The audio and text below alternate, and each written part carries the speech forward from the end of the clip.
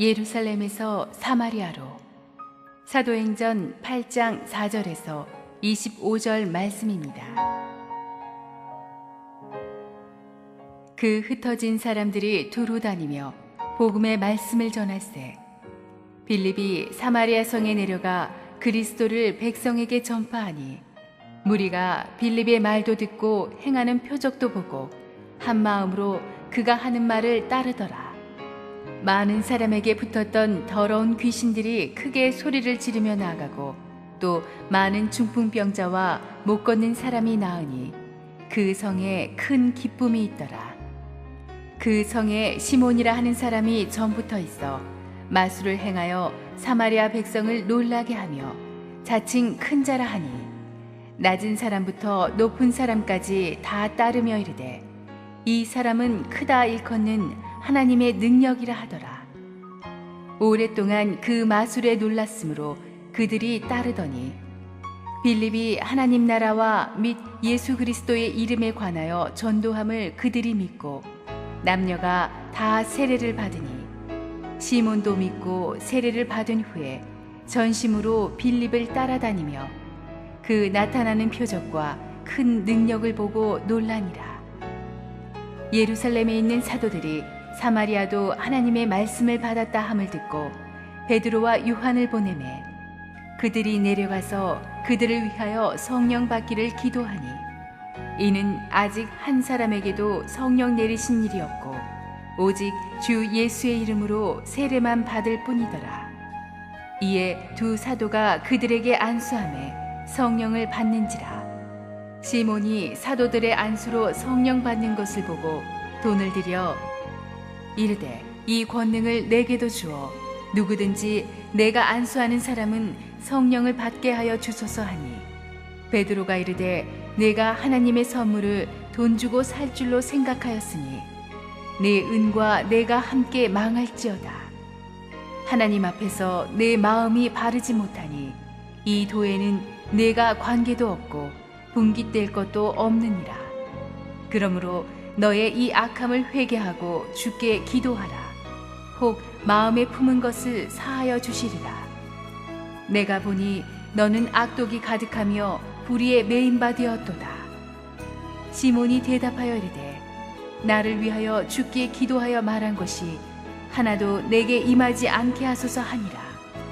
두 사도가 주의 말씀을 증언하여 말한 후 예루살렘으로 돌아갈새 사마리아인의 여러 마을에서 복음을 전하니라. 할렐루야. 우리 하나님께 감사와 영광의 박수를 드리겠습니다. 태풍이 북상하고 있다고 합니다. 그래서 기상청에서 우리 보고 조심하라고 하는데 태풍이 북상하는데 어떻게 조심해야 되는지 잘 모르겠지만 제가 그 뉴스를 보니까 그 태풍이 무섭지만 이 바다의 죽음이라고 하는 적조를 해결하는 방법은 태풍밖에 없다고 합니다. 하나님께서 우리 인생에 또 태풍 같은 사건이지만 우리 인생의 죽음 같은 정체 상태를 확 걷어내는 그런 브레이크트루, 돌파구로 사용하실 수도 있습니다. 지난 주일에 보았던 우리 스테반의 순교 사건이 그렇습니다. 사실 아닌 밤중에 홍두깨도 아닌 날벼락 같은 사건이죠. 정말 그때까지 예루살렘 초대교회 아무 문제 없이 잘 나갔거든요. 크고 작은 문제 있었어도 문제 없이 쫙쫙 뻗다가 갑자기 스테반이 순교하면서 대대적인 핍박이 시작되어 버렸습니다. 건물도 없었는데 마구 체포되면서 다 산지사방으로 흩어지고 나니까 이 초대교회 꿈은 벌써 끝나는 것이 아닌가라는 생각도 들었을 것입니다. 사실 그들 입장에서 보기엔 억울하기도 했을 거예요. 자기들은 그냥 은혜 받아서 열심히 교회 생활한 것뿐인데 갑자기 막 이런 핍박이 오니까 여러분 주님 위해서 열심히 헌신하기로 했는데 이렇게 막 시험이 들면 이거 어떻게 합니까? 막 새로운 교회에 나왔는데 새로운 교회 등록하고 나서 몇 개월 동안에 장사가 잘 안 됐다. 그럼 뭐 이런 거 있으면은 막 그런 거 실제로 막 나눈 분도 계세요. 저보고 어떻게 하라는 건지 모르겠어요. 교회가 파워풀하게 올라갔다가 갑자기 이런 태풍 같은 사건이 부딪혔는데 이 중요한 것은 이렇게 흩어진 이 성도들이 낙담하지 않고 두루 다니면서 복음을 전했다. 이것이 중요한 것입니다. 사랑하는 여러분, 어떤 여러분 인생에 태풍 같은 충격이 오잖아요. 그때 그 충격을 너무 묵상하지 말고 그 충격에 휩쓸려 가서 오히려 하나님의 일을 더 잘할 수 있을 것을 기대하십시오. 그래서 가만뒀으면 예루살렘을 절대 떠나지 않았을 사람들이에요. 너무 좋으니까. 그러니까 너무 익숙해지는 게 문제란 말이죠.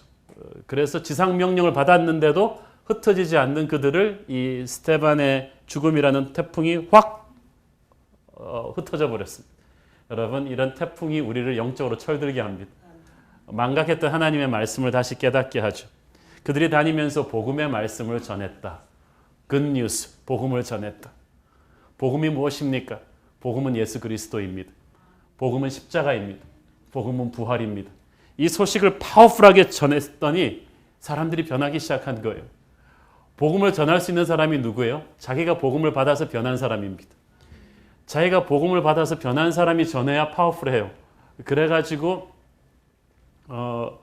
복음을 전했더니 사람들이 변하는데 이제 보니까 복음을 들은 사람은 침묵할 수가 없습니다.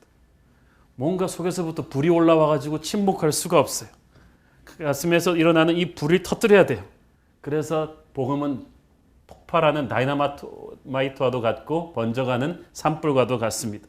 저는 여러분이 단순히 교회 다니는 사람이 아니라 폭발하는 복음을 소유한 사람 되기를 바랍니다. 이 두루 다니면서 복음을 전했다 했을 때 영어 성경에 보니까 wherever they went, 어디를 가든지 복음을 갖고 다녔다는 거예요. 어디를 가든지 이 복음의 폭탄을 던졌다는 것입니다. 이 복음의 폭탄을 던지면 인생이 변하고 세상이 변하기 때문에 언제 어디서 무슨 일이 있을지 모르니까 여러분 어딜 가든지 이번에 휴가 갈 때도 꼭 갖고 가세요. 복음의 말씀을 가지고 가서 전하는 거예요. 기대하는 마음으로 이 복음을 터뜨려서 가는 곳마다 인생을 변화시키는 분들 되기를 축원합니다. 이 빌립이 보통 사람이 아니거든요. 스테반과 함께 안수받았던 초대교회 집사 중에 하나인데 7 집사 중에 하나인데 제가 볼 때 스테반 이상의 이 말씀의 능력과 이 영적인 권위를 가진 사람이었습니다. 그 사람들이 빌립의 설교와 행하는 기적을 보고 빌립한테 무릎 꿇은 거예요. 빌립을 따라가기 시작한 것입니다. 빌립의 말이 보통 말이 아니에요. 성령이 기름 부으신 하늘의 언어죠. 이 메시지는 파워 그 자체입니다. 그냥 떨어지면서 사람을 그대로 변화시켜 버립니다. 여러분의 입술에서 나오는 말도 하늘의 능력을 담은 메시지이기를 바랍니다. 우리 순장님들이 말씀을 조금만 나눠도 그냥 툭 변하는 거예요. 사람들이. 영적인 권위가 담긴 말씀이에요. 게다가 빌립은 기적도 행했죠. 귀신이 떠나고 병마가 떠났는데 이 성령의 사람에게는 하나님께서 하늘의 능력을 기름 부어 주십니다. 근데 중요한 것은 이 기적이 방금 전한 말씀을 백업하는 도구라는 거예요. 주객이 전도되면 안 돼요. 하나님께서 기적의 능력을 보여주시는 것은 말씀의 능력과 함께 주시는 것은 이 말씀이 진짜라는 것을 확인시켜 주는 거예요. 기적만 보라고 주는 것이 아닙니다.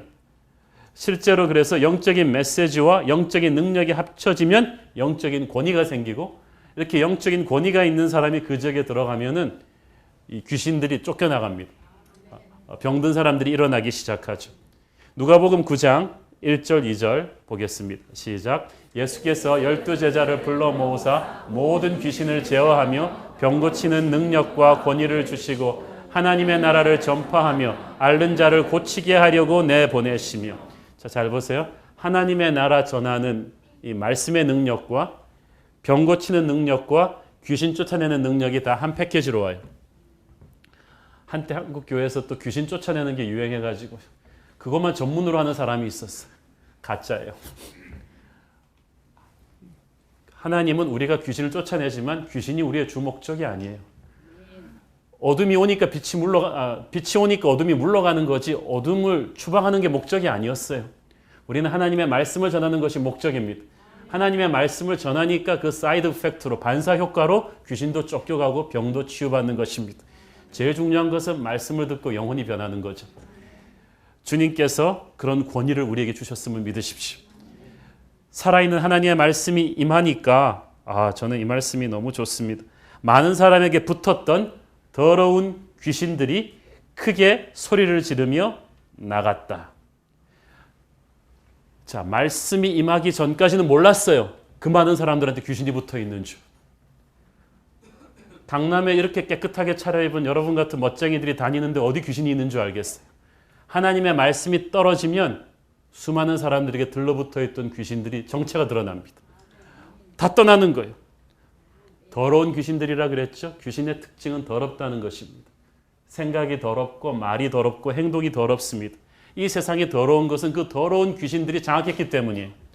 온갖 음란과 폭력과 욕심과 시기심으로 가득 찬 이 귀신들이 사람들의 말과 행동을 더럽게 만들어 놓습니다. 그래서 세상의 문명이라는 것이 이런 더러운 귀신의 영이 흘러나가서 만든 것이기 때문에 사실은 더러운 거예요. 아무리 공부를 많이 하고 돈 많고 좋은 옷 입고 교양 있는 척해도요, 더러운 거 마찬가지예요. 귀신 붙어 있었다. 마찬가지. 교양 있다고 이런 거 안 합니까? 제가 있는 사람들인데 의외로 또 이런 귀신 문화에 접해 있는 사람들 무지 많아요. 제가 이걸 왜 하냐 하면요. 대한민국에서 가장 유명한 남자 무당 중에 한 명을 제가 전도했어요.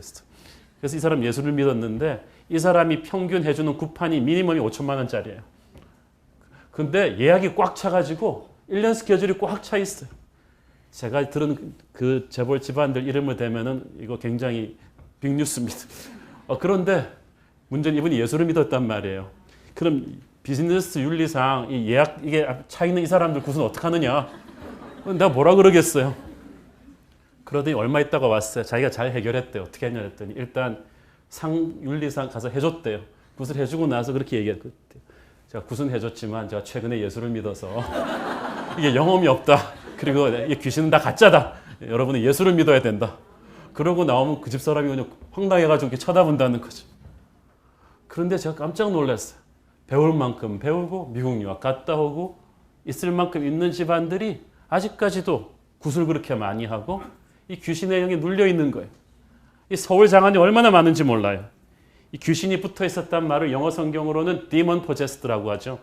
그것은 쉽게 말해서 지배를 받았다, 억눌림을 당하고 있다는 뜻입니다. 귀신에게 억눌림을 받는다는 것은 어떤 어두운 세력이 나의 감정과 생각을 덮고 있다는 뜻입니다. 교회 다니는 사람도 부분적으로 억눌림을 당할 수 있어요.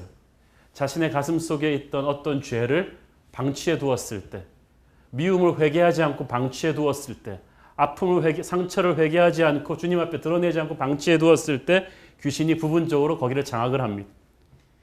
이 눈부신 태양이 비치고 있는데도 먹구름 밑에 있으면 그 태양빛을 누릴 수가 없듯이 은혜의 단비가 쏟아지고 있는데 어둠의 세력에 눌리고 있으면 누리지 못합니다. 찬송을 불러도 기쁨이 없어요. 남들은 설교를 듣고 은혜 받고 있는데 자기는 무덤덤해져요. 머리가 아프고 가슴이 답답하고 계속 신경질이 납니다. 사람들이 믿고 자기도 모르게 자꾸 화가 나요. 어떤 어둠의 세력이 잡은 거예요. 교회 다니면서도 이렇게 부분적으로 눌림을 당할 수가 있습니다. 그런데 복음이 선포되니까 더러운 귀신들이 크게 소리를 지르며 나갔다. 순식간에 사람들을 누르고 있던 귀신의 사슬들이 다 끊겨져 버린 거예요. 오늘 여러분을 누르고 있는 모든 어둠의 사슬들이 다 끊겨져 버리기를 바랍니다. 이 말씀이 떨어지면서 그 역사가 일어나요. 놀라운 것입니다. 저는 그래서 예배 때 보면 알 수 있습니다. 설교 시작 전에는 그렇게 표정이 어둡고 힘들던 분들이 설교가 전개되면서 이렇게 점점 표정이 바뀌시다가 다 끝나고 일어서서 성령의 새바람 그럴 때 갑자기 진짜로 얼굴에 하늘의 영광이 막 빛나는 것을 제가 많이 봅니다. 이 복음을 듣고 어둠의 영들이 떠나는 거예요. 오늘 여러분을 질척되게 하던 그 모든 어둠의 그 권세들이 다 떠나기를 바랍니다. 또 소리를 지르게 떠나는 거예요. 복음은 강력합니다. 말씀이 나가면서 검이 나가는 것입니다. 그것은 예리한 양날이 쓴 성령의 검이며 능력의 검입니다. 우리를 파괴시키고 있는 모든 어둠의 권세를 베어버리는 그 능력의 검이 오늘 저와 여러분의 속에 혼과 영과 골수를 쪼개고 들어와서 어두운 영을 베어버리고 우리를 자유롭게 하기를 소원합니다. 이 빌립이 말씀을 전할 때 귀신만 떠난 게 아닙니다. 많은 중풍병자들과 못 걷는 사람이 나았다고 했습니다. 보니까 사마리아에서 가장 많은 질병이 중풍병자와 걷지 못하는 사람들이었던 것 같아요.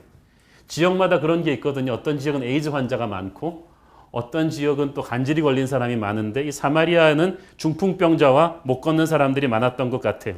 그런데 이 사람들이 빌립이 일일이 안수하지 않았는데도 말씀이 떨어지면서 병을 회복이 됐어요.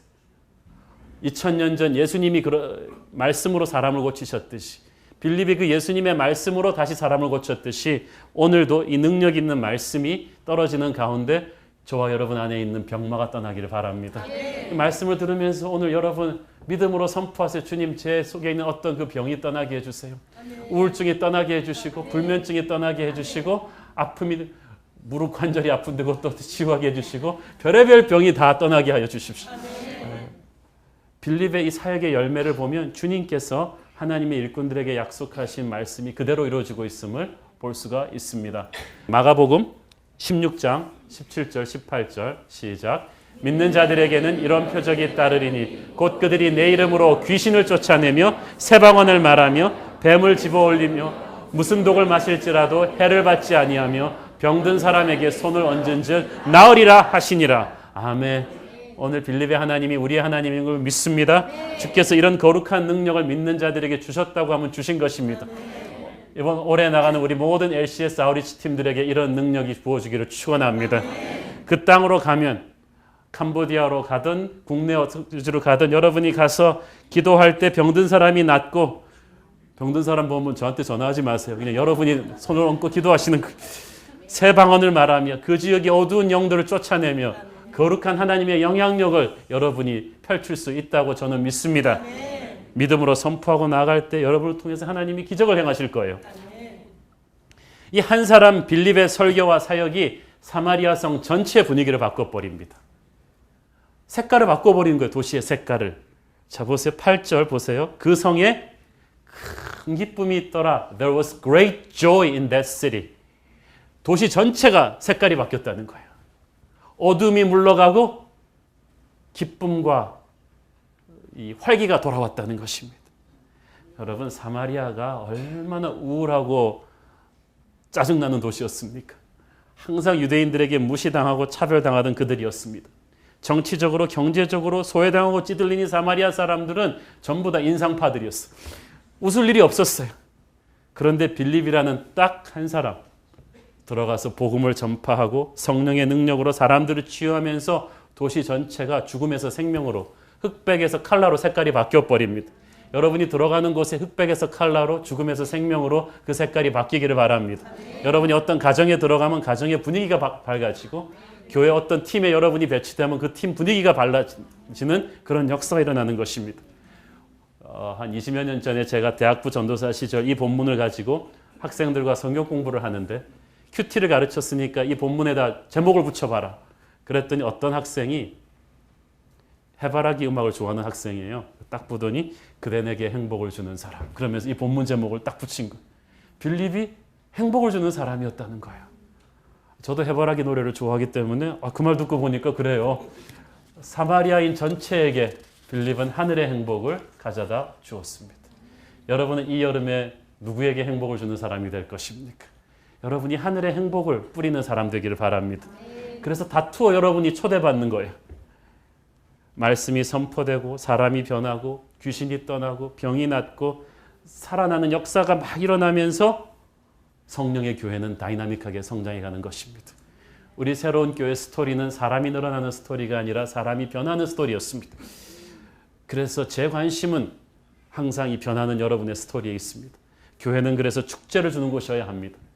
요즘 세상에 정치도 경제도 너무 답답해서 웃을 일이 어디 있습니까?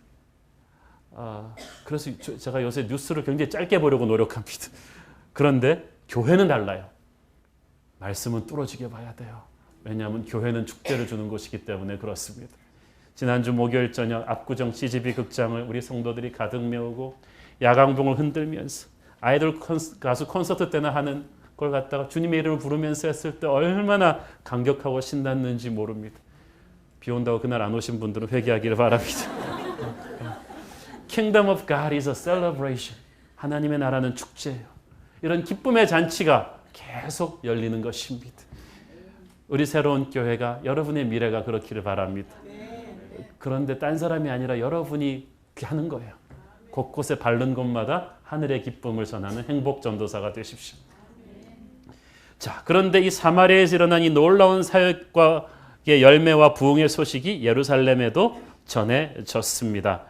사실 그게 14절, 17절에 나오는 말씀인데 이 14절에 보니까 예루살렘에 있는 사도들이 사마리아도 하나님의 말씀을 받았다 함을 듣고, 이 말이 굉장히 재밌죠. 그 말은 설마 사마리아가 놀랬다는 뜻이에요. 어떻게 사마리아가? 사실 스데반 순교 이후에 예루살렘 교회 분위기는 완전히 썰렁했거든요. 이거 우리 망하는 거 아닌가 그렇게 생각했을 거예요. 교인들은 다 흩어지고 사도들만 남아서 이렇게 박해자들을 피해 다니며 기죽고 있었는데 사마리아 소식이 들린 거예요. 사마리아에 대부흥이 일어났다는 것입니다. 그리고 놀랐어요. 사실 주님께서 성령이 임하면 너희가 예루살렘과 유대와 사마리아와 땅끝까지 갈 거라고 했지만, 주님이 말씀하셨지만 설마 사마리아 복음화가 이렇게 빨리, 이렇게 폭풍처럼 자기들 눈앞에 현실로 닥칠 줄은 몰랐습니다. 80년대 말에 베를린 장벽이 무너졌을 때 사람들이 다 놀랐어요. 공산권 선교를 위해서 기도는 20년 동안 했는데 이렇게 순식간에 우리 눈앞에서 베를린 장벽이 무너질 줄 몰랐기 때문에 교회가 준비가 안 돼 있었던 거예요.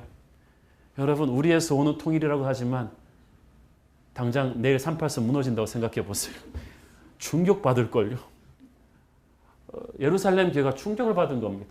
사마리아에도 부흥이 임했어? 얼마나 놀랐는지 토빈, 베드로와 요한이 달려온 거예요. 그건 그만큼 놀랬다는 얘기죠. 가서 보고 확인을 해라는 것입니다. 성령의 역사는 항상 우리들의 고정관념과 상식을 깨버립니다. 자, 그래서 이제 사마리아 성령 사건이 터졌는데, 이 15절, 17절 쭉 읽어보면은 상당히 당혹스럽습니다. 왜냐하면 이 16절을 한번 같이 읽어볼까요? 16절 시작. 이는 아직 한 사람에게도 성령 내리신 일이 없고 오직 주 예수의 이름으로 세례만 받을 뿐이더라. 자,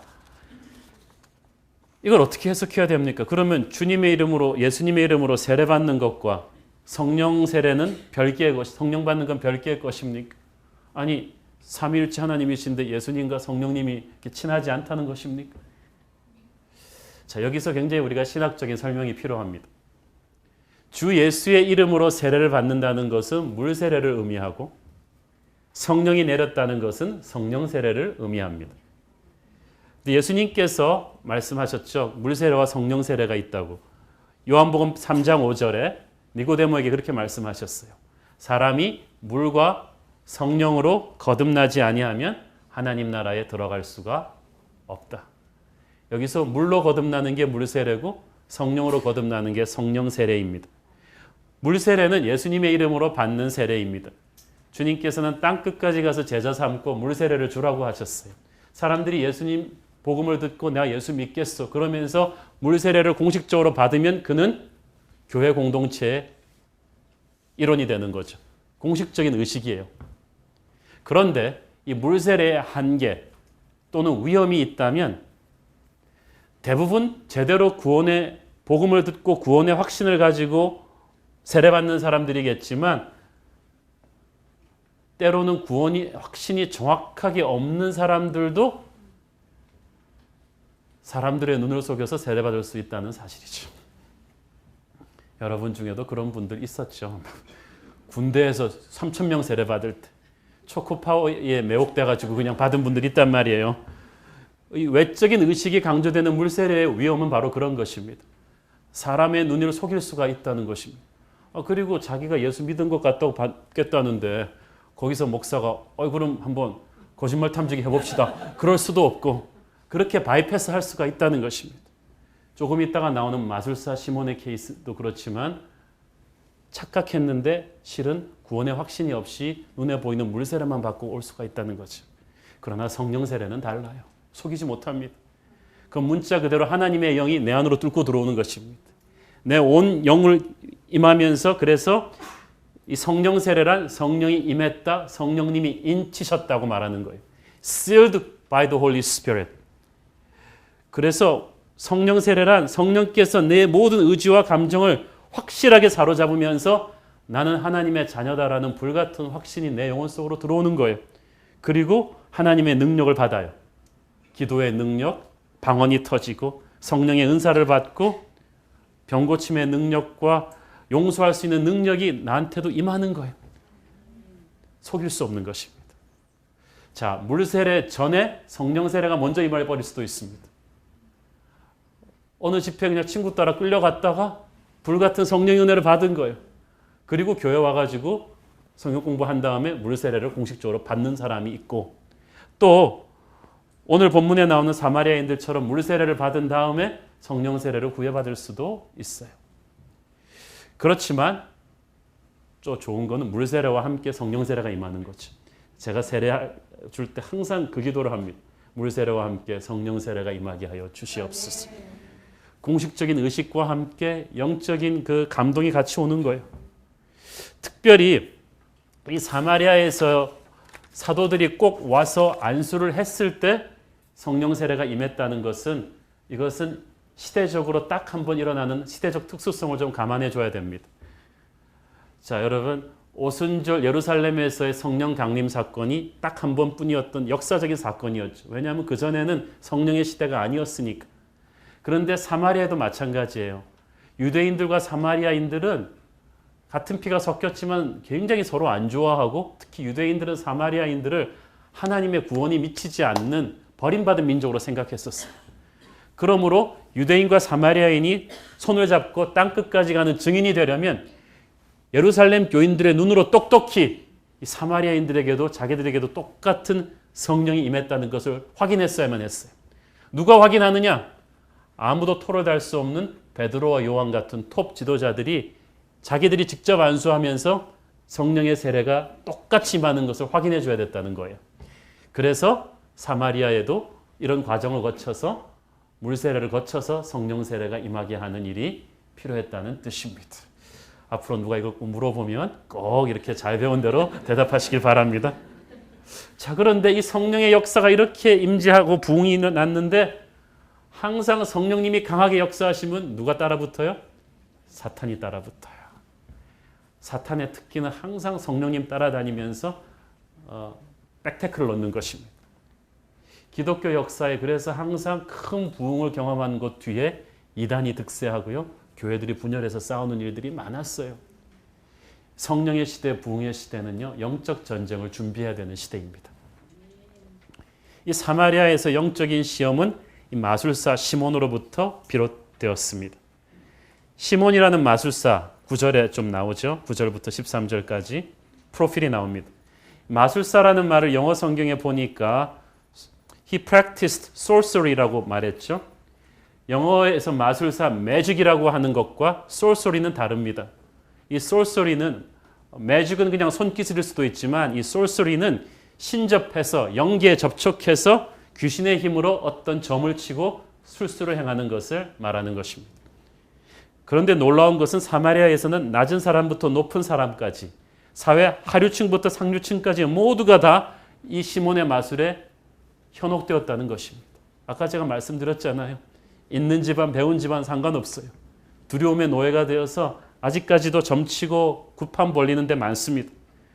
그래서 시몬이 사마리아 내에서는 필적할 자가 없던 큰 무당이었던 것 같아요. 그래서 사람들이 오, 하나님의 능력이여 그랬고, 자신도 자칭 큰 자라, 자기 스스로를 가리켜서 큰 자라고 말하는, 요즘 말로는 자뻑이라고 합니다. 자기한테 완전히 뻑간 사람이죠. 내가 큰 자인가 보다. 그러고 살다가 임자를 만난 거예요. 이 가짜들도 딱 보면 알거든요. 그 계통에서. 빌립을 딱 만나는 순간에 꼬리 팍 내렸습니다. 권투 선수들이 그렇대요. 딱 이제 하려고 서가지고 처음에 시작할 때 글러브를 한번 쾅 쳐보잖아요. 치는 그 순간 안 돼요. 오늘 죽었구나. 막 힘으로 느끼. 검객들도 칼을 딱 대보는 그 순간에 안 돼. 애지간한 사람은 칼 대보고 그냥 내린대요. 그만합시다. 그런데 빌립이 딱 보았을 때 시몬이 칼 내린 거예요. 아이고 형님, 자기가 이때까지 해오던 그런 귀신들과는 상대가 할 수 없는 어떤 위대한 거룩한 하나님의 능력이 빌립에게 있는 걸 안 거예요. 그래서 형님 사부 그러면서 빌립한테 무릎 꿇고 예수를 믿고 세례도 받은 거예요. 그리고 빌립을 쫓아다녔어요. 그런데 사람들은 그래서 와, 저 유명한 이 시몬이 크리스찬이 됐으니까 얼마나 훌륭한 일이냐고 막 박수를 쳤는데, 여러분 이건 두고 봐야 되는 거예요. 왜냐하면은 이 시몬이 사고 칠 수 있는 위험이 13절에 나와요. 전심으로 빌립을 따라다니며 뭘 보고 놀랐다 그랬어요? 표적과 큰 능력을 보고 놀라니라. 시몬이 주로 본 것은 빌립의 복음이 아닙니다. 표적과 큰 능력이에요. 이건 마치 애퍼타이저 먹느라고 메인 디쉬를 놓친 것과 똑같은 것입니다. 그러니까 믿고 세례를 받긴 했지만 그것은 빌립의 권능이 자기의 맛을 보다 큰 걸 믿는 거였어요. 참된 신앙이 동기가 된 것이 아니었단 말이에요. 그래서 자기가 한때 돈 주고 마술을 배웠던 것처럼 베드로한테도 이 성령 임하는 권능도 돈 주고 사려고 했던 것입니다. 빌립도 놀라운데 빌립의 스승이라는 베드로와 요한이 기도할 때 성령의 능력이 임하고 예언이 터지고 방언이 터지며 기적이 행하는 걸 보고 이것도 빌립보다 할아버지네. 그러더니 이분한테는 이거 장사 되겠어. 돈 주고 사려고 했던 거예요. 한마디로 말해서 성령을 상품화하려 했던 것입니다. 그렇지만 여러분 이것이 옛날 일이기만 하겠습니까? 2000년 기독교 역사 동안에 사탄이 이 시몬 베드로적인 이런 어프로치로 돈으로 하나님의 역사를 타락시키려는 일을 얼마나 많이 했습니까? 한국교회 7, 80년대 많은 기도원 운동이 일어났을 때 은혜로운 부흥사님들도 많았지만 영적 권능과 병 고치는 은사로 너무 유명해진 부흥사들이 그 사람 만나려면 줄을 서야 되고 그에게 특별 헌금을 해야만 안수를 해주고 특별 헌금을 해야만 예언기도 해주는 그런 일들이 얼마나 한국에도 많았나요? 8, 90년대 미국에서는 텔레비전 이벤젤리즘이라 그래서 그때 미국의 케이블 TV가 유행하면서 케이블 TV를 통해서 연예인 같은 목사님들이 굉장히 많아졌습니다. 물론 거기를 통해서 복음을 듣고 예수를 믿은 사람들도 많았지만 이 사람들이 유명해지면서 이상해지기 시작했어요. 그래가지고 저도 그때 이렇게 봤는데 물건을 너무 많이 파는 거 있죠. 설교가 20분 하면 한 10분은 물건 선전하는 거. 머그, 쇠타, 목걸이 다 하는데 이걸 사면 이거 하나를 공짜로 얹어주겠다. 다 이렇게 그리고 그렇게 해서 어느 정도 30불 이상의 헌금을 보내주면 그분들의 이름은 적어서 특별 기도를 해주겠다. 자, 이거 보면서 위험하다 그랬는데 아니나 다를까 80년대 후반부터 지미 베이커나 짐 스웨거트 같은 TV 부흥사들의 심각한 문제가 폭로되기 시작했죠. 그렇게 받은 성도들의 헌금을 가지고 호화 맨션을 사고 요트를 사고 증권에 투자하고 음란하게 살고 이런 것들이 하면서 얼마나 하나님의 교회가 시험을 들고 좋은 교회로 가는 헌금도 그때부터 한 반으로 줄어들고 이 물질이 하나님의 교회를 얼마나 많이 타락시킬 수가 있습니까? 그래서 돈을 주고 성령의 권능을 사려는 이 시몬의 생각 때문에 영어 단어로 시몬이라는 단어는 성직 매매입니다. 돈 주고 하나님의 직을 사는 행위예요. 2000년 중세기의 역사 동안 그런 거 많았습니다. 부작교구의 주교로 발령나기 위해서 바티칸의 막강한 실력자들한테 사제가 돈을 뿌리는 거예요. 로비를 하는 거예요. 그 로비 자금을 나중에 자기도 부정부패로 충당하는 그런 것들이 로마 카톨릭 교회를 얼마나 많이 타락시켰습니까? 하나님의 거룩한 일을 돈으로 타락시키는 것이 얼마나 무서운 사탄의 전략이었습니까? 베드로가 뭐라고 합니까? 네 은과 함께 네가 망할지어다. 죽으라는 말이잖아요.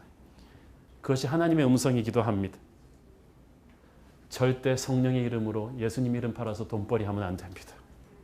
교회 이름으로 돈벌이 하면 안 돼요. 주님의 교회는 장사하는 곳이 아니거든요. 성령의 이름으로 사람이 인기를 얻거나 영광을 받아서는 안 됩니다. 하나님은 우리의 예배의 대상이지 축복의 수단이 아닙니다. 그런데 사탄이 아주 교묘하게 이런 만몬의 방식을, 이 물질주의 방식을 하나님이 일하는 사람들한테 집어넣어 버려요. 처음에는 그분들도 그렇게 시작하지 않았을 거예요.